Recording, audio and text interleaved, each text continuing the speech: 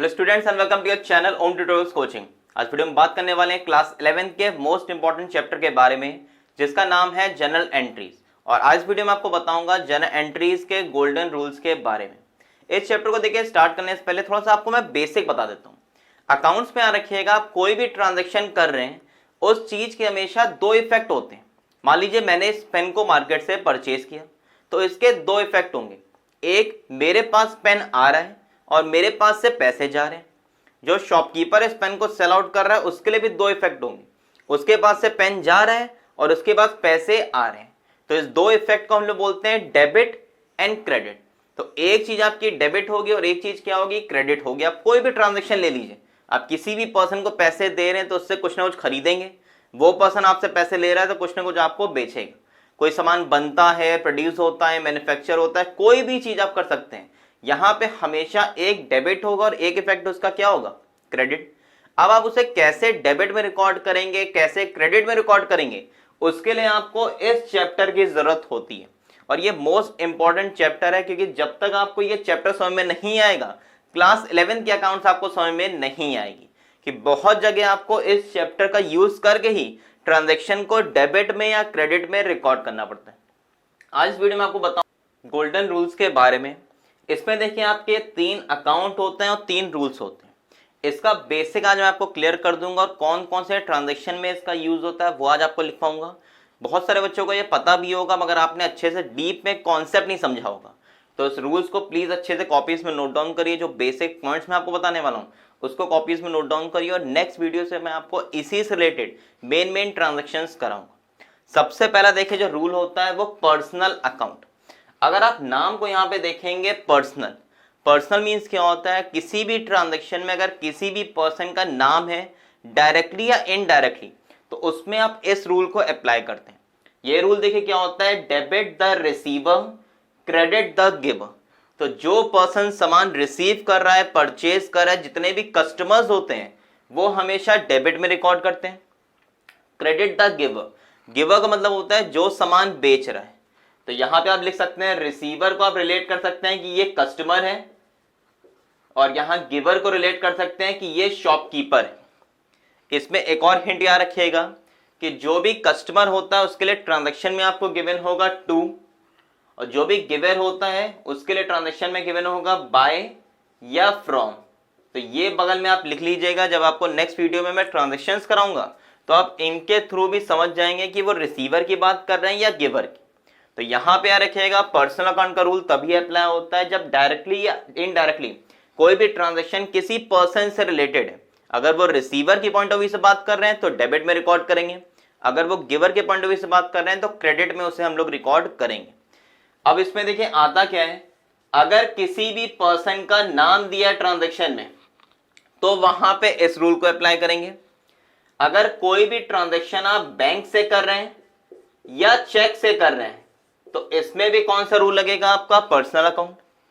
अगर क्वेश्चन में आपको गिवन है ड्राइंग्स या कैपिटल, या आप लोग ने स्टार्टिंग पढ़ा होगा कि कोई भी पर्सन पर्सनल यूज के लिए कोई चीज विड्रॉ कर रहा है, कि वहां पे अगर ड्राइंग्स आएगा या कैपिटल आएगी तो भी उसमें कौन सा रूल लगेगा, आपका पर्सनल अकाउंट।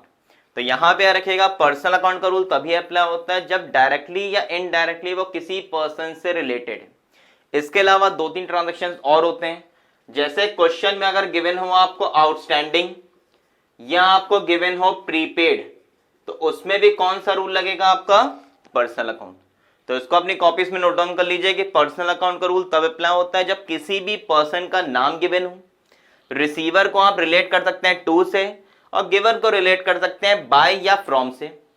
और ये लिख लीजिए किसी पर्सन का नाम होगा, बैंक या चेक से ट्रांजेक्शन हो रहा है, ड्राइंग्स गिवन है, कैपिटल है, आउटस्टैंडिंग या प्रीपेड।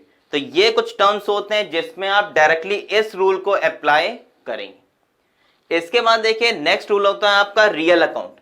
रियल अकाउंट का मीन्स होता है एसेट। तो जितने भी क्वेश्चन में आपको एसेट से रिलेटेड ट्रांजेक्शंस हैं या लायबिलिटी से रिलेटेड ट्रांजेक्शंस हैं उसमें भी कौन सा रूल लगेगा, आपका रियल अकाउंट। रियल अकाउंट का देखिए रूल क्या होता है, debit what comes in, credit what goes out. मतलब जो भी चीज आपके पास आ रही है, आप रिसीव कर रहे हैं, वो रिकॉर्ड होगा डेबिट में, और कोई भी चीज आपके पास से जा रही है वो रिकॉर्ड होगा क्रेडिट। अब यहां पे देखिए सबसे मेन जो ट्रांजैक्शन होता है वो कैश का है, इसको मिटा देता हूं। तो यहां जो सबसे मेन ट्रांजैक्शन होता है रियल अकाउंट में, ये आता है आपका कैश से रिलेटेड। या तो देखिए company, firm, shopkeeper cash receive करता है या कैश उसके पास से जाएगा। अगर वो कैश रिसीव कर रहा है डेबिट में आएगा, अगर उसके पास से कैश जा रहा है तो वो कहां रिकॉर्ड होगा, आपका क्रेडिट में। तो सबसे पहले तो कैश हो गया, उसके बाद जितने भी आपके एसेट्स होते हैं, मशीनरी गिवन हो, प्लांट गिवन हो, कोई स्टॉक गिवन हो, तो वो भी इसमें आएगा। या कोई अगर लाइबिलिटीज गिवन है तो वो भी किस रूल के थ्रू अप्लाई होगी, आपकी रियल अकाउंट से रिलेटेड। मगर सबसे इंपॉर्टेंट यूज यहाँ पे कैश का होगा। तो बहुत सारे आपके ऐसे ट्रांजेक्शन होते हैं 90%, जिसमें फाइनली या तो कैश आप रिसीव करेंगे या कैश पे करेंगे। जैसे आपने अगर गुड्स परचेज किया है तो आपके पास से कैश जाएगा, इस रूल को अप्लाई कर देंगे। आपने सामान बेचा, कैश रिसीव करेंगे तो भी इस रूल को अप्लाई कर देंगे। तो इस रियल अकाउंट का यूज बहुत ज्यादा ट्रांजेक्शन पे आपको मिलेगा, और खासकर इस कैश का। और लास्ट में देखिए एक ऐसा रूल आता है जिसमें ना तो सामान आप खरीदते हैं, ना बेचते हैं, ना किसी पर्सन का नाम होता है। मगर यहां पे क्या होता है, जितने भी आपके एक्सपेंसेस हैं या कोई आपको इनकम हो रही है, आप उसको इस रूल के थ्रू क्या करेंगे, सॉल्व करेंगे। इसका नाम होता है nominal account. Debit all losses and expenses, credit all income and gain. तो जितनी भी फर्म को लॉस हो रहा है या उनका एक्सपेंस हो रहा है, पास से पैसे जा रहे हैं, सैलरी पे करना, कमीशन पे करना, इंटरेस्ट पे करना, सामान खरीदना, तो ये सारे उनके क्या होते हैं, एक्सपेंसेस हैं या कुछ उनके लॉसेज होते हैं। तो तब वो कहां रिकॉर्ड होगा, डेबिट में। और इसी के अपोजिट अगर यही पैसे उनके पास आ रहे हैं, salary receive, commission receive, profit कहीं से, कहां पे रिकॉर्ड होता है, आपका क्रेडिट में। अब यहां पे कुछ नाम लिख लीजिए।